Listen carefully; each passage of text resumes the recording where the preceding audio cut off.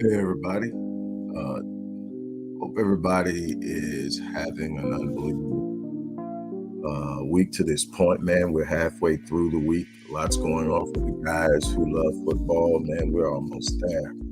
Uh, Tomorrow, as a matter of fact, first day. Hey, uh, but on a serious note, man, this is Wednesday, so this is Wealth Building Wednesday. This is a special Wealth Building Wednesday. My focus and my attention and my message is for people in the Black community. While I have an open economy business, most of my models aren't just aimed at any particular group. They're aimed at helping people do specific things. And if I were, I'd probably be broke right now if it was just focused in this community. But anybody knows me knows that my love is for my people, and I have done as much as I can to show love, to help encourage, to help empower my people. So while my businesses are open economy, my focus today is specifically in areas where I have created mechanisms for Blacks, for Black people, because our particular situation, especially on a socioeconomic scale, is unique. Our experience financially is unique. Our view of money is unique. And I want to show people something. So there's always this great debate going on about financial literacy and what it means. And if you don't understand what financial literacy means, if there's a level of ignorance about money, then it's going to be hard to see how to move and operate with money. We talk a great deal about Black Wall Street. We talk about what they were able to do and why they were able to do it, and don't realize how and why they were able to do it. Number one, they were pretty much forced into it.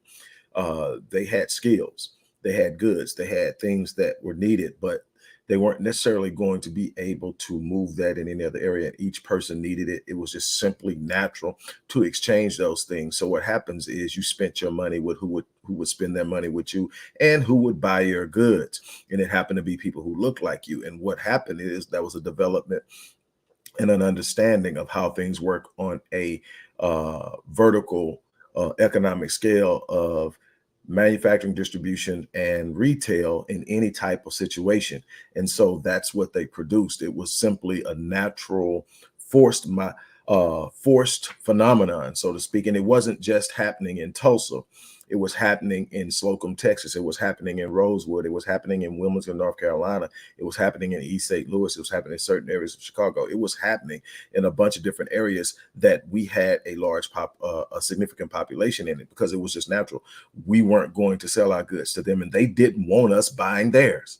So then that was this natural force that forced us basically to do what we should be doing anyway. But that's on the back end of the scale. So how do you create this process of generating revenue? How do you create this process of growing wealth?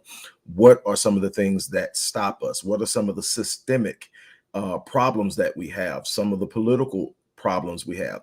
I answered all of that in my book, The War on Black Wealth. Breaking the code of generational wealth. I answered that and talked about there's so much that has happened over the last 150 years that has impacted our capacity, our understanding, and basically the totality of how we view money.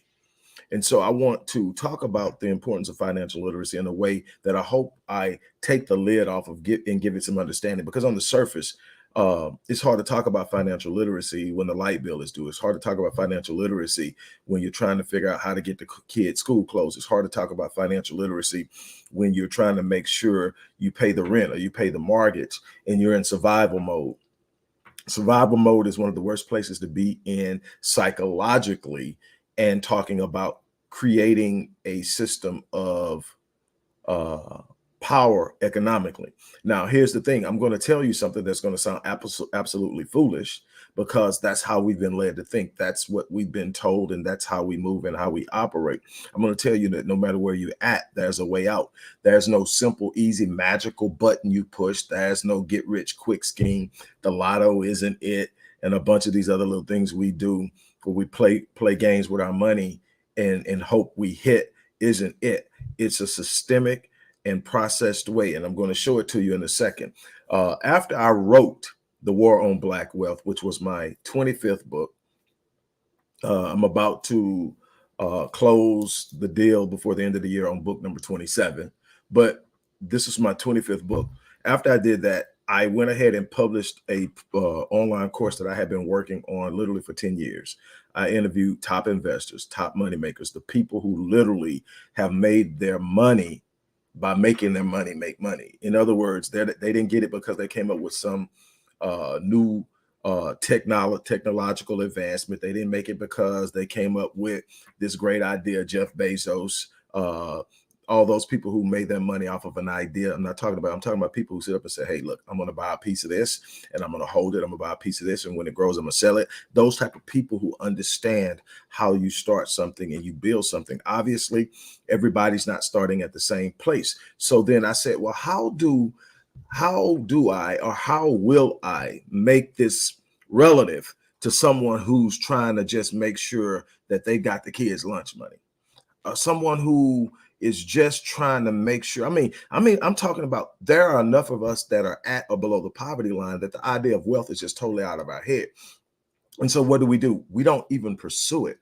We stay in survival mode our entire life. It impacts our health. It impacts our fluidity. It also conditions the minds of our children to do the absolute same thing we're doing, and we repeat the cycle, and it produces the same thing. So you got to understand that social learning theory, and then there's also the environmental socialization that takes place with your kids watching you do something over and over again, and becoming conditioned to do the same thing, even if it's not comfortable. It's just simply why you get generation after generation. And then someone in somebody's family breaks out, and no matter how well they break out, they tell the family can't do it. Why? The family's still conditioned. So then it's about changing. So I had to come up with program. So I created the program, and I'll talk to you about the online stuff later. But if you want to get involved and you really want to take this serious and you really want to do something with it, there are 2 different programs in there that you need to take advantage of. Look in there and see it. I may talk about it later, I may not, but it's your responsibility to start pursuing the things that change your life. The idea that your life cannot be changed is absolute crap. The problem is you've been conditioned to believe that they control everything. They control a lot. They're pulling the strings. You have, by most chances, been engineered into the position you're in, but you don't have to stay there. But you're going to have to think different. You're going to have to move different. So one of the things I decided to do was, okay, Rick, don't think as if you're talking to people who think like you, who are willing to take a chance and get out there and build something for yourself and do that. See, don't think that. Think about the person who literally thinks, if I lose this job, my life is going to turn upside down. I mean, talk to that person. Think about what they're thinking. Think about the concerns they have going on. Thinking about the person who has 3, 4, 5 kids, and they're trying to figure out how to feed them. And there's this option of trying to do this. And then there's this system that's saying, hey, we'll feed them for you, but this is all you're going to get. And this is what's going, this is where you qualify. And it literally locks them into this mindset of not disqualifying themselves for that help. So they never step outside of that box. There's so many mind games being played that we aren't aware of. I said, so what can I do? Okay. I thought about John Crowley, and I'm going to tell you about John Crowley. I thought about Theodore Johnson. I'm going to tell you about Theodore Johnson. Those are people who were average people who didn't make a lot of money, who ended up building wealth. And they did it in a systematic way that anybody can do it. But I'm not going to tell you about them. I'm going to tell you about me. I'm going to tell you about what I did the last 5 years. The last 5 years, 5 years ago, a little over 5 years ago, I decided I'm going to create this dummy account. Now I'm going to make it for my youngest daughter, who at the time I think was 4. She's 9 now. I'm going to make it for her, and it's just going to be one of the accounts I have for her. But I'm going to make it for her, and I'm going to do this. What I did was, and I have the numbers sitting right here. What I did was, I took $5 and bought into the Vanguard S&P 500. $5. That $5 was followed by $4.60 a week for 5 years. I invested in that 5 years a total of $245. The S&P 500 had a payout of roughly around 9.8 to 10% with a interest variance of anywhere from 1% to 1.5. So the variance up and down, either over or under, was somewhere 1.5 or lower. I counted for that, but I anticipated I would make $1,500 in 5 years. I literally said, I'm going to pay this out in 5 years, real time, no ifs, ands, and buts, no guessing, no projections, no if this happens. This is literally what happened. Okay, over that 5 years, $4.60. I only invested in that 5 years $240. I anticipated, based on interest variance projections, that I would make 1,500. Didn't quite hit that, but I made $1,473.28 from $245. Now it took 5 years, but that was $245 at $4.60 a week. Let me tell you something. I don't care where you're at on the socioeconomic scale. I don't care where you're at. You're blowing $4.60 a week doing something you don't necessarily need. And no, that isn't going to make you rich, but that's 5 years. Now, guess what happens when you take that and double it? And that's going to grow. If I never add anything else to it, it's going to grow off of itself and the interest. It's going to compound. It's going to keep compounding. Now, imagine by the time she's 20, what that's going to be. And this isn't her real account. This is just me taking it and making it as skimpy as I possibly could. And this is the numbers I got. Now, the beautiful thing is there are tons of, I use the investor.gov interest rate calculator when I'm calculating interest. And you should calculate interest on your purchases as well, because that interest you're paying on your purchases is counting against your wealth. It's counting against what you build. You need to understand everything's cost. What it costs to make a trade, what it costs to buy into an investment, what it's going to cost in tax liability, what is it going to cost over time. You need to be that. You realize that the average person pays 10 times what their house is worth over 30 years? Compound debt. Why not take it and flip it to the other side? What the wealthy do, get compound growth. That's all I did, is I took something that paid compound growth and I used it with the idea that I don't have any money, but I'm going to sacrifice $5 up front and $4.60 a week. And I took that total of, in 5 years, $245, and it earned me $1,473.20, over $1,200 earned from that. Now, that's real time, real happening. Nobody else's story. This is what I'm telling you I did as an experiment. Now, first and foremost, the mindset that's even willing to do that experience, to sit up and say, I'm going to start something that I can't even talk about for 5 years. And I'm going to stick with it, and I'm going to follow through with it. And it was easy because I just set it up and it went in at that amount. And that's what it produced. And if you want to know how I came up with the $4.60, I didn't actually come up with $4.60. How I ended up with $4.60 is I said, okay, I'm going to give $5. I'm going to give $5 initially, and then I'm going to give $20 a month. And then I said, well, $20 a month, if somebody's really struggling and they're trying to put something aside and they got $20 and something pops up, they're going to put that $20 on something. But a lot of people get paid once a week. So what if I broke that 20? What if I said $20 times 12, which is a year? 20. So 12 months times 20, that's $240. Now divide that by what? 52. And that's how I came with the $4.60. So it's made to pay every week. Why? Because that small increment you're going to be more willing to put in, and it's a lot of people get paid every week. Well, you can put it in based on however you get paid, but you come up with an amount that you're going to give. You're going to be consistent with it, and you do it, and you stick with it, and that's what happened. And these are the numbers. Now, let me tell you about John Crowley. John Crowley never made more than $12 a year. He was a parking lot attendant. He sit up and he ran a parking lot, but he happened to run the parking lot in the financial district. You probably heard me tell this story before.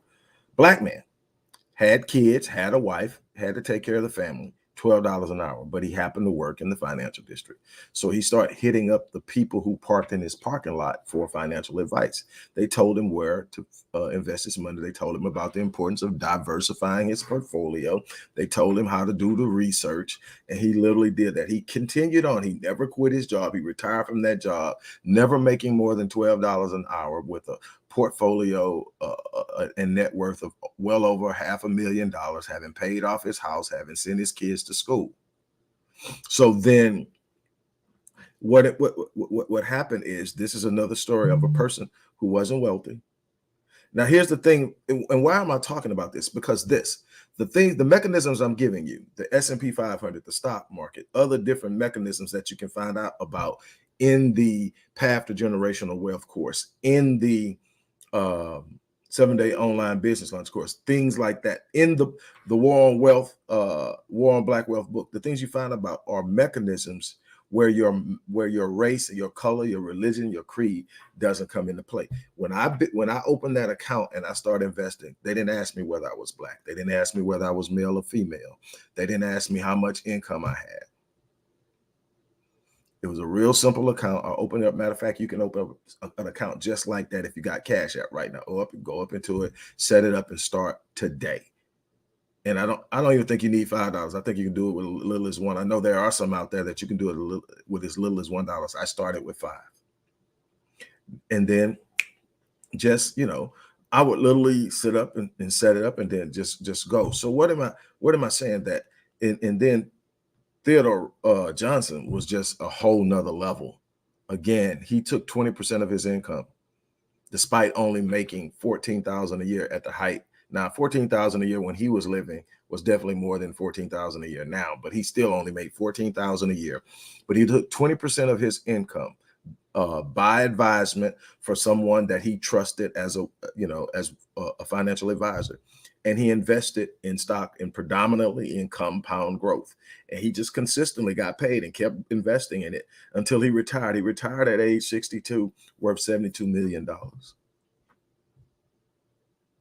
He continued to do this until his 90s. At 90, he was still alive, and he gave half of it away. I'm pretty sure by now he's gone, because I started reading about this guy a long time ago. But he gave half of it away at 90. I'm not here to present you with any type of panacea. They don't exist. What I'm telling you is there are mechanisms out there and mindsets that you have to change. There's no quick fix. The quick fix. Maybe about 6 months ago, I stopped by a gas station, and every gas station sells lotto tickets. I stopped by a gas station. I'm behind this woman, Black lady, probably in her 60s. And she's saying, give me 10 of these and give me 15 of these and give me these. And she's getting all these lotto tickets, the scratch off kind. And she's asking for these and these and these. And then she wanted a quick pick on the actual lotto drawing. And it came up to like $200 or something.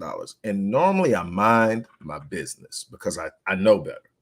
But because I had to stand behind her and wait while she did this, I felt I had earned the right to say something. And it wasn't out of disrespect. It was like, hey, I wonder if she even knows. So I leaned over and I said, hey, that same 200 that you're spending, because what they did is they told me, trying to make me understand, hey, she coming here every week. She did this every week, So she's getting paid from somewhere every week. And she comes in and $200 of her hard-earned money is going on these scratch offs. Sometimes she win, sometimes she don't. But that's her way of facilitating or supplementing her income, is to play this game, enrich the people who created the game, and get some hits and misses along the way for herself. So I lean over and I said, hey, how you doing? I said, as you're doing that, dude, $200 something. Wow. I said, do you realize you can take that same $200 right now and invest it in the S&P 500, and 10 years from now, you will be in a real nice place. And if you do it every week, 10 years from now, you will be able to take care of your grandbaby. She cussed me out, gave me the business. I smiled and said, yes, ma'am, I apologize. And I went on about my business. But it's a mindset. And the mindset is built to let those who aren't aware of how things work, who are ignorant of the facts. And when I use the word ignorant, I don't use it in a derogatory means. I use it in a definitive means. Everyone has a level of ignorance about something. No one knows everything. I have a level of ignorance about things, some things more than others. When I created the Legacy Wealth Academy's Path to Generational Wealth course, this 18-month course that I'm telling you about, it was beyond my pay grade. I didn't know what needed to be known to teach people what needed to be taught at this level. This is the A through Z of how you play the game, and you win and you grow and you build, and you see some people that are doing it, and you wonder, well, everybody that started didn't start with a silver spoon in their mouth. Everybody that started didn't start with having all these people in their Rolodex or now in their phone that sit up and they could just call and say, hey, I need X amount of capital to it. Some people started a square here, a square there, a square here. And the crazy thing, if you go into the hood, there are cats that understand that. Some of them are using that mindset and actually coming out, but it's no different when you start in the hood. What do you start? When you start, you hustling. Let's keep it real. Let's keep it real. If you grew up in the hood, you know what I'm talking about, whether you did it or not. Is not one man. I'm talking about doing something and building something that they can't take away from you, that they can't lock you up for. Look, so you go out, you say, man, I'm gonna get in the game. You know what I'm talking about. You know exactly what game I'm talking about. How are you going to start? And if you don't got no real money, you're going to start what? Probably moving for someone else. And you selling stones and you're getting a piece of it. Or you're going to go do what? You're going to get maybe what? A quarter, right? You're going to go get an ounce. About something. You're going to break it up. You're going to chop it. What you going to do? You're going to sell it what? Rock for rock. Next time, instead of getting an ounce, you're going to get 2 ounces. Eventually, you're going to move up to what? Quarter key. Then you're going to move up to what? Half a key. Then you're going to move up to a key. And you moving it rock for rock. Then you start getting some other little cats to move it for you. Now, what do? You got them breaking down one key. You're buying 2 keys. You got them breaking down one key, selling rock for rock. It's more profit in that. But you got another key. You're going to sell that key wholesale. You're going to get it for 16. You're going to sell it for 22. Now you're gonna sell that rock for rock key and get 36 out of it, but you're gonna get the other one for 22. But why? But you moved it quick. That was fast, $5 grand. So what am I saying? That's no different than what they're playing, but they're using you to play the game. You're the one out there selling rock for rock by buying up stuff that's filling their pockets. So what you got to understand is, if I'm going to get in the game, I can't go heavy. I can't move weight yet. I don't have what it takes to move weight. So what do I need to do? I need to rock for rock. I'm gonna buy $5. I'm gonna hold and I'm gonna do that, and then I build enough. I'm gonna do that, or I'm gonna leverage their internet, and I'm going to give people something of value that I have. Trust me, if you've been on this planet 25 years, you've learned something of value, that you can provide a service, you can provide a consulting service, you can provide some type of something of value to someone, or you can find somebody who does and promote their business and get paid as an affiliate. There's a way to make money. So then you're going to sit up and say, I'm going to take this side hustle online and I'm going to create an opportunity online. And then I'm going to take that money and I'm going to go buy me a quarter, an ounce. I'm going to do that.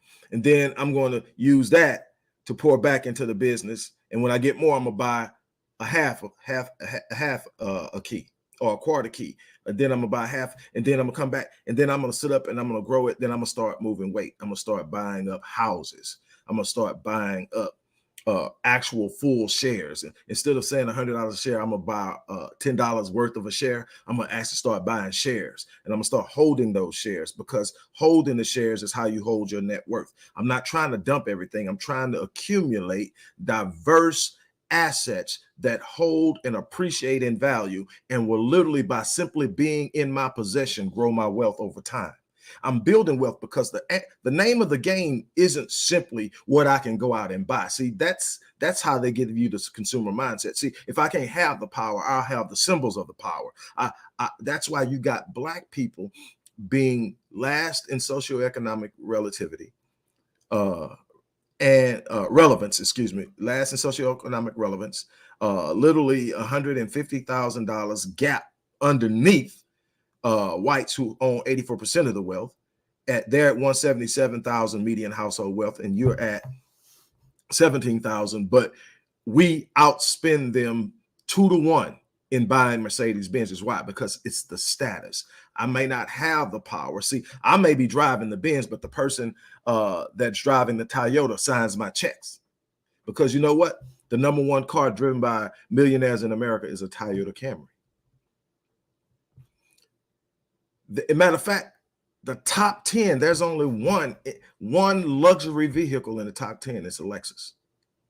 And it's an ES. They're managing their money different. They're understanding the game. Now, there's nothing wrong with having those luxury vehicles, but it's got to be in direct correspondence to the level of money you have. And I'm not just talking about cash. I'm talking about what can you afford. There should be a percentage standard of how much I have versus how much I'm going to spend on any particular specific thing. How much I'm going to spend on my home depends on how much I have. I'm not going to go out because they say I qualify for this and buy this. I'm not going to go out and, well, you can get $100,000 car, but can I afford it? Does it make sense to me? Because the moment I drive the $100,000 car off the lot, it's now worth 60. So I'm literally giving away $40,000 the moment I drive it off the lot. That's why you see most wealthy people leasing. They only lease it for the time they have it. They don't lease it for the total price of the car. But they got us thinking it's about what you own. No, that's what Nelson Rockefeller said. First and foremost, he meant, and there's a couple number of things he meant. He said the goal is to own nothing and control everything. So number one is my trusts own all things. It's not in my name. My trust owns it. I control everything through trust. That's one thing. The other thing is, if it doesn't appreciate in value, I don't want ownership of it. I want use of it, but I don't want ownership of it. There is so much to be learned, but we have, and the thing is, don't get me wrong. I don't want to sit up and act like there's this magic button that Black people can push. What I'm sitting up saying is there are mechanisms out there. When I wrote The War on Black Wealth, I talked about all the different things that have worked against us in building wealth that we need to be aware of, that still are prevalent in some way or still have impact on us. We got to understand that when we first came out of slavery, we had these things called Black codes. What were Black codes? They were codes and laws and statutes that wouldn't allow us to own property, that wouldn't allow us to take jobs or have businesses in certain areas because we had the expertise and the skills. Why? They had been using our labor and our skills for free for what, 246 documented years. So then what? We're not going to let you do that, because then the people who need those jobs that are white that look like us won't have them. So you can't have those jobs. You can't own anything like that. Then that was sharecropping, where we're going to have you work the very plantations that you want. We're going to tell you you're sharing it. We're going to give you a portion of the land, tell you to work it. We're going to give you the equipment. We're going to give you the feed. We're going to give you the seeds, but we're going to charge you a price for it all. And we're going to need you to settle up at the end of harvest time. And we're going to make sure that we charge you so much that even after you work that field and you bring in those crops, it's not really much left for you. You're going to be barely meeting the thing. And I was reared by my great grandfather, who was the son of a sharecropper. He descended from this slave policy. He was born in 1909. The man that reared me was born in 1909. So I got real close to understanding what happened out there. He had to drop out at the second grade at 7 years old to go out in the field and help his dad work the fields just to make ends meet. So I understand that was that. So you got shit. Then you had convict leasing, where they were literally locking us up for not having jobs that they wouldn't let us get. And it was called the vagrancy laws. They locked us up, the vagrancy laws. They locked us up. And then they turned around after locking us up for being vagrant, being homeless and not having a job. They turned around and leased us out to the very plantations that we had been set free from for pennies on the dollar. So no, the labor wasn't free, but it was extremely cheap. It was much cheaper than if they would have paid us to come back and actually work it. And this went on for quite some time. And then not only that, then we had redlining, where we weren't allowed to buy homes because literally any neighborhood with a Black family owning a home, even if it was just one Black family, would lost access to funding for home purchases, funding for businesses purchases. That is what literally actually made the predominance of white people hostile towards Blacks, because you moving in my neighborhood brings my property value down. That's where the idea came from. It wasn't that how we look at it now, Black people moving in, bringing the property value down because they finna throw cars in the yard and all this stuff like that. That's how we view it now, that they're bringing their ghetto mentality to my hood. No, it was that back then, if you moved in, you could have been the most upstanding Christian Black family. You were going to ensure that those white people didn't get access to money that they initially had access to, so they didn't want you there. And they did that. It's called redlining. Then out of redlining became urban renewal and benign neglect, where they literally were taking properties and they were taking and rediverting services that should have been in Black communities out to white communities. And it's called benign neglect. In other words, we just simply not going to give you the services that you need. And through that, we're going to create problems in health.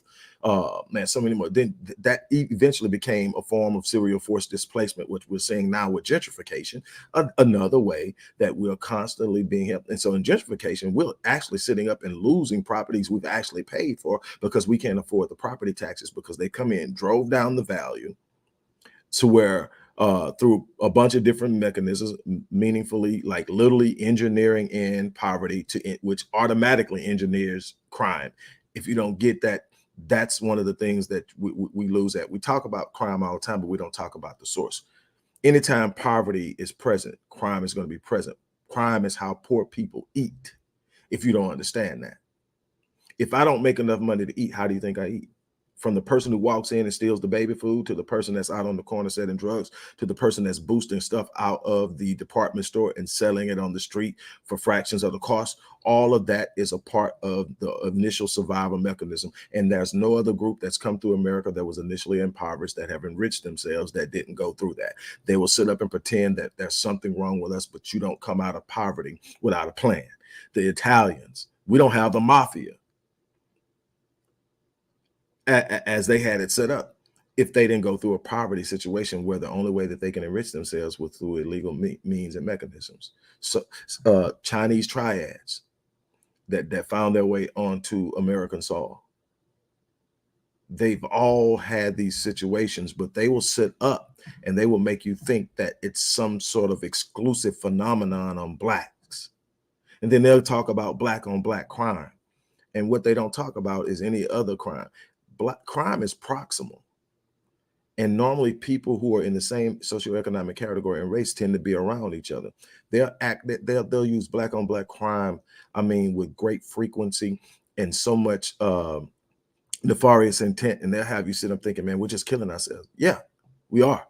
That's real. And we need to work on that. We need to deal with that. But what they won't tell you is 84% of white people who are killed by other white people. 84% of white homicides are initiated or perpetrated by whites. It's proximal. Crime is, number one, normally an act of convenience or necessity. Number two, crimes of violence are normally a response to emotional rage that are normally triggered by someone you know. And so that's the reality of it, but we don't hear that. And my issue has always been, until we start talking about white on white crime, Asian on Asian crime, I don't want to hear about black on black crime. I'm not saying it doesn't exist. It absolutely exists, but it's not a phenomenon. It's natural. And it's going to be intensified in moments of poverty. But so you've got all of this stuff going on. They drive down the property value. After they drive down the property value through a number of different things, I seen a place in Houston where one of the ways they drove down the property values, they moved a darn sand mill, gravel pit. No, that's what it was, a gravel pit, sand pit, right there at the community, the interest of the community. Drove the property value down, some other things going on, drove property value down. All of a sudden, they got the properties down. They shut down the mill. They start putting up new businesses, putting up new things, decorating, starting to drive the property value up. Guess what? The people in that community, in predominantly elderly in that community that have been there since the 1940s and 50s, are now being driven out because they can't afford the high property value. I mean, the high property tax. And so what happens? If you can't pay the tax, what they do? They foreclose. They literally take a property you own because you can't afford the property tax. Then they come in and they buy it all up. Now they own something that they bought for $15. They now have it and own it, or can negotiate sale of it, and it's $1,500. I'm just throwing a number out there. You know it's more than that, but I'm just sitting up saying, so they're literally doing that over and over. These are all the mechanisms. These are real. These are things that are happening. I'm not absent-minded of that. I'm saying that the way that you guard against that is you have to start building the capacity to resist it.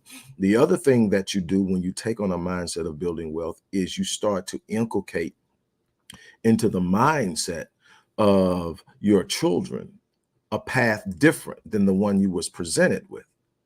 You don't want to put in their minds that the only way to make it is to get 3 jobs. You may have to at some point in your time to do something, but that can't be your end all, because no matter how many jobs you get, there's only so many hours in a day. And if those jobs have this much, then this is what's going on. And also there's this natural tendency to end up living at the level of whatever you do. So you go out and get 3 jobs. And for a while, hey, man, I'm busting my butt, but I got a little cushion. But what happens with the cushion? Man, I'm gonna take a trip. What happens to the cushion, man? I'm gonna go get them shoes I've been looking at. What happens to the cushion, man? I'm gonna go from this car to that car. What happens to the cushion? We rarely have the mindset. So here's why financial literacy is important, no matter how much money you have. Because if I do decide to go get 3 jobs, financial literacy tells me I'm gonna pay this bill and I'm gonna get rid of this one. I'm going to do this. And then I'm going to take this amount of money. And no matter what's going on in my life, this money is going towards an appreciative asset. Going towards an appreciative asset. I talked to a guy, had to be maybe during, so it had to be July because it was somewhere around my birthday. I talked to this guy, and the guy, by social standards or social definition, is doing good. Nice car, big house. But if you listen to him and talk to him, he'll be honest with you, man, I'm strapped. I'm living a life that I never lived before, but it's costing me, man. If I take a major hit, it's gonna totally wipe me out because I don't have any cushion. And he's honest about it, and he's working to figure it out. But he's bought into the idea that his success has to be supported to the public in order to be valid. In other words, I have to show them I made it in order for me to feel like I made it. So I'm buying these things to validate myself. It's where I'm seeking happiness. And the thing is, it's a form of addiction because every time you get something new, it releases dopamine. Dopamine is a neurotransmitter that literally transmits signals from one neuron to the other. But the problem is that it's damaging in high frequency because it causes the neurons to fire rapidly. This is how you end up with addictive behavior, whether it's gambling, whether it's sex, whether it's drugs, is you get a high from doing something, buying something, gambling and winning, whatever. You get a high. Well, these neurons release dopamine. Dopamine gives you this excitement that you get from that high, like, man, look at what I'm doing. And then what happens is the neuron that's receiving the message that creates the excitement realizes, hey, man, I can't keep doing this because it happened. In high doses and frequency, that excitement literally starts to destroy those neuroreceptors and kills that neuron. So the neuron actually turns off some of the receptors so that it doesn't receive such a heavy dose. So now you're chasing the initial high, but now you got to do what? You got to double the dosage. I got to buy more. I got to smoke more. I got to do whatever more to get the same feeling. And then when you do that, neuroreceptor turns down more, neuron turns out more receptors. Eventually, it burns out that neuron. And now that's what we'll reach. If we're talking alcoholism, we're talking drugs, it's called tolerance, meaning that no matter what I do, I can't get drunk. No matter what I do, I can't get that high anymore. And then it's addiction because now I can't stop doing it because I'm literally trained myself to do it. So this is what happens. We're caught up in that and we're not learning how to behave. So what do you have to do? You have to change your mindset. So again, it's not about how much you have, it's about what you do with what you have. It's about a change of focus, because I guarantee you that this is one of the things when I'm studying poverty, one of the things I do, most people who are at that level, the tax gap, I can tell you one thing. I can tell you, if you got an understanding, if you are expecting large amounts of money in tax refunds, it means you severely overpaid or you're getting tax credits and you're literally living off of that as a part of your income. It's a part of your income. Okay, I get that. And if that's where you want to start, what are you doing with it? Most people are going out and buying cars. There's a new car every freaking year because the one you bought for style instead of dependability, and it didn't hold on long, so you've been stretching. You're going on a trip. Everybody's going shopping to the mall. All these different things are happening, and you didn't take that money. And sometimes I'm talking $9,000-$10,000 or more. You didn't take it and actually say, I'm going to buy a piece of something that I own.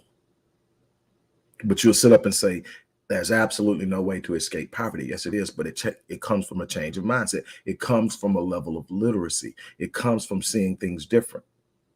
Now, the level of literacy that you do have in poverty is lack.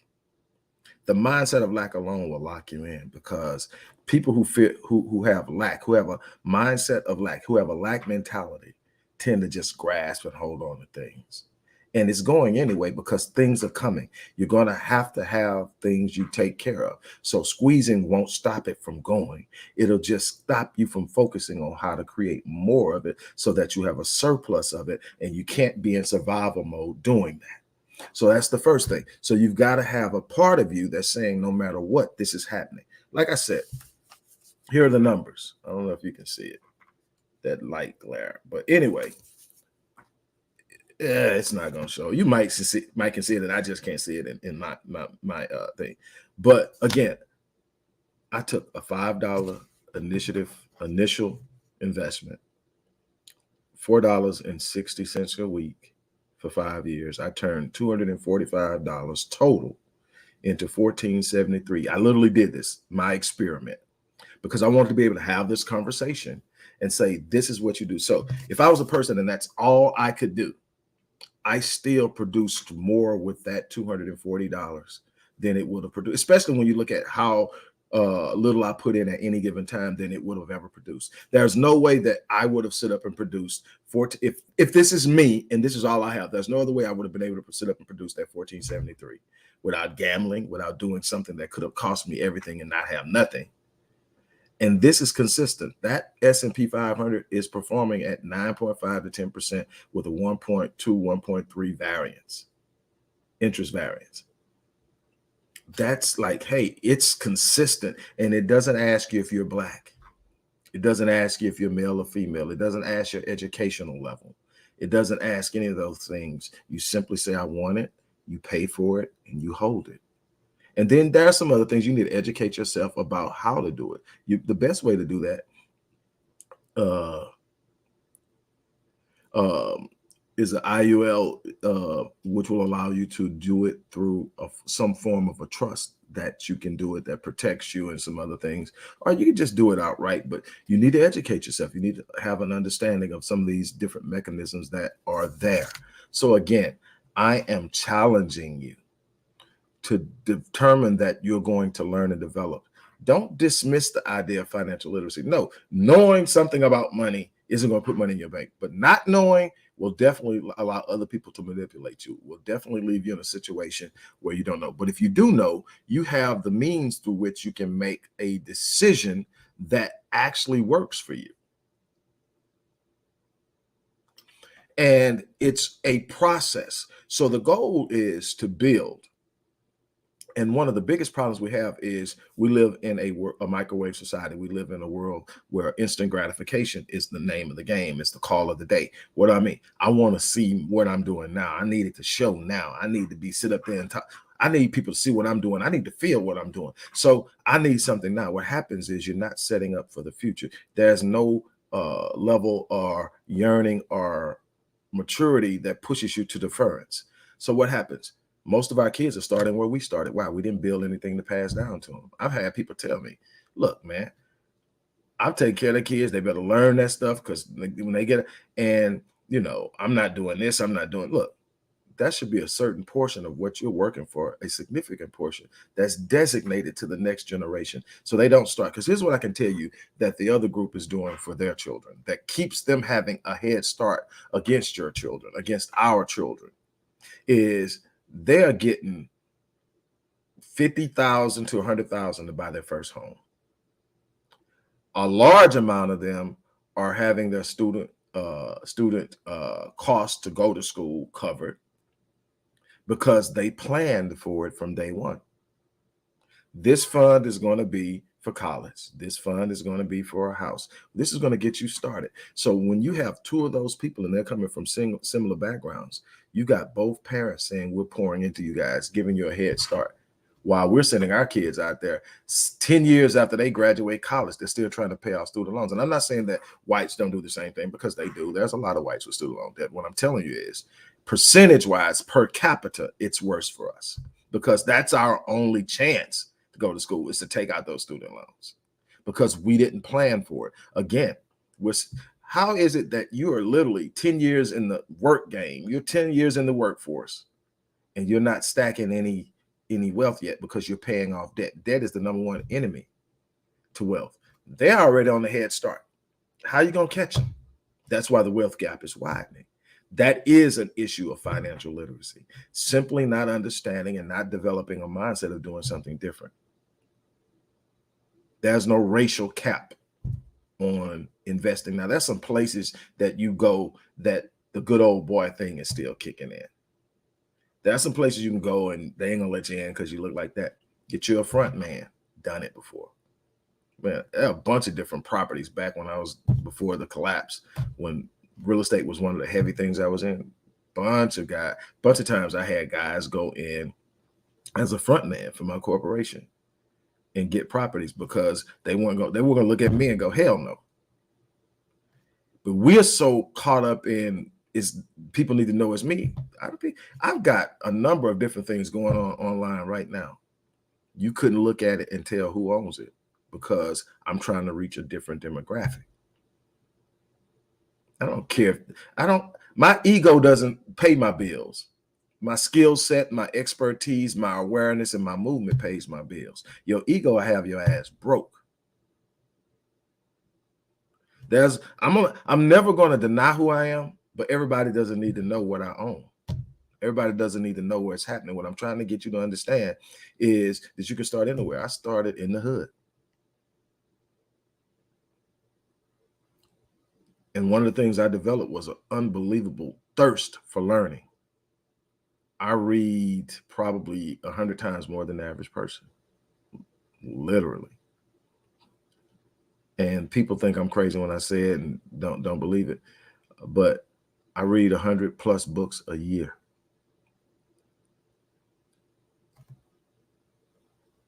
I've written 26. I've written over 1,000 academic articles, over 30,000 prose articles, and I've read hundreds for each one of those I've written. Why? Because I thirst to learn.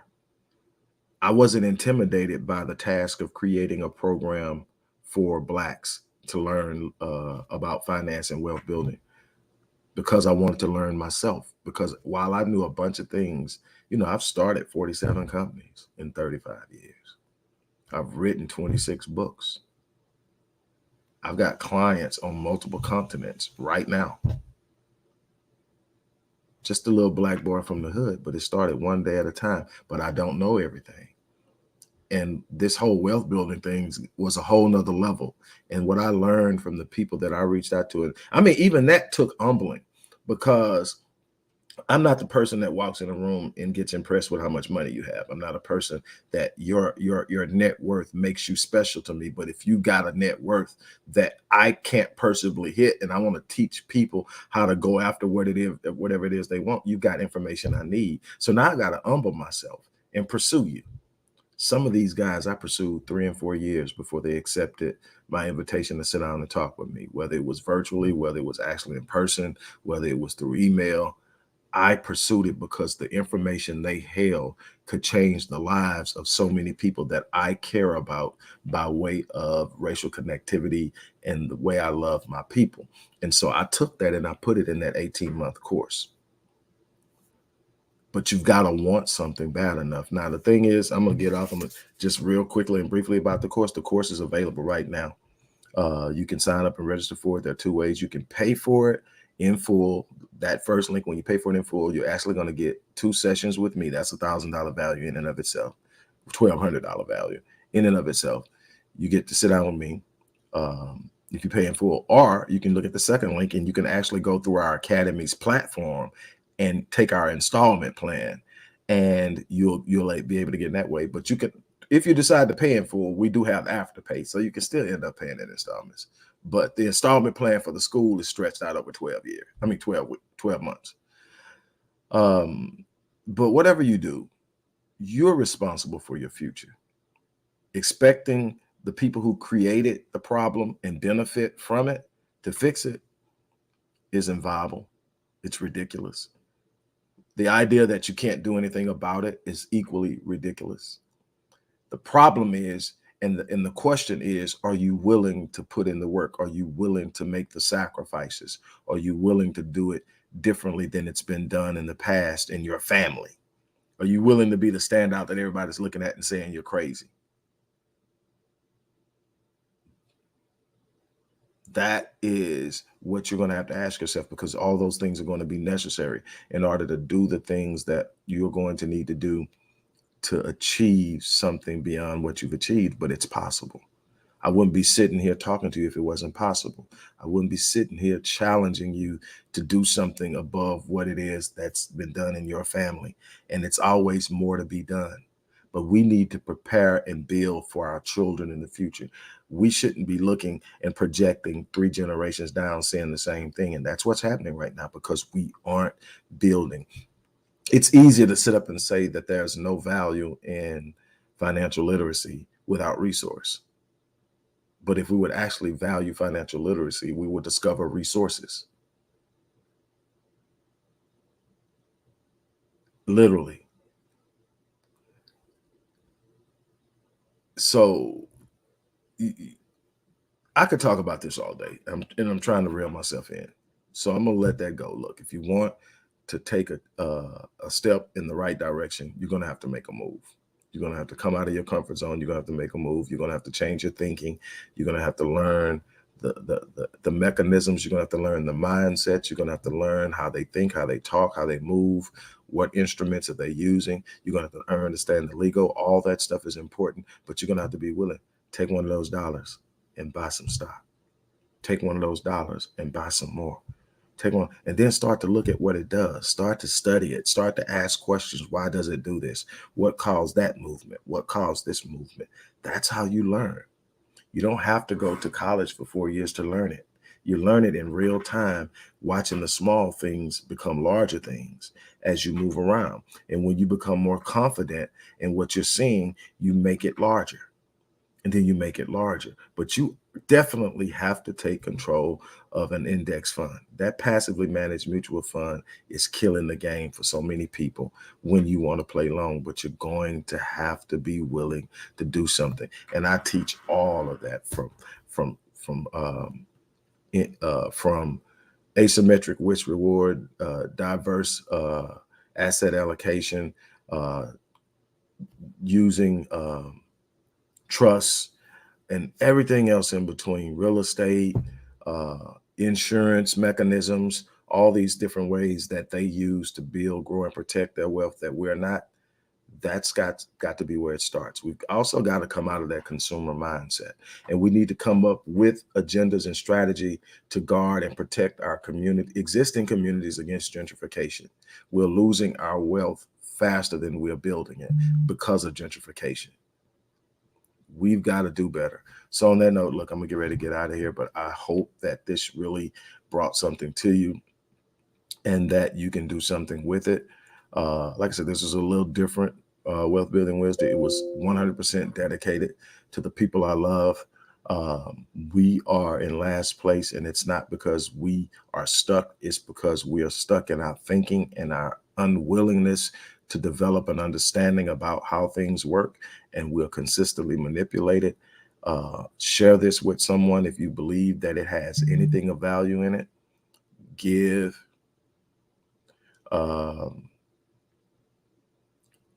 the link, subscribe, whatever.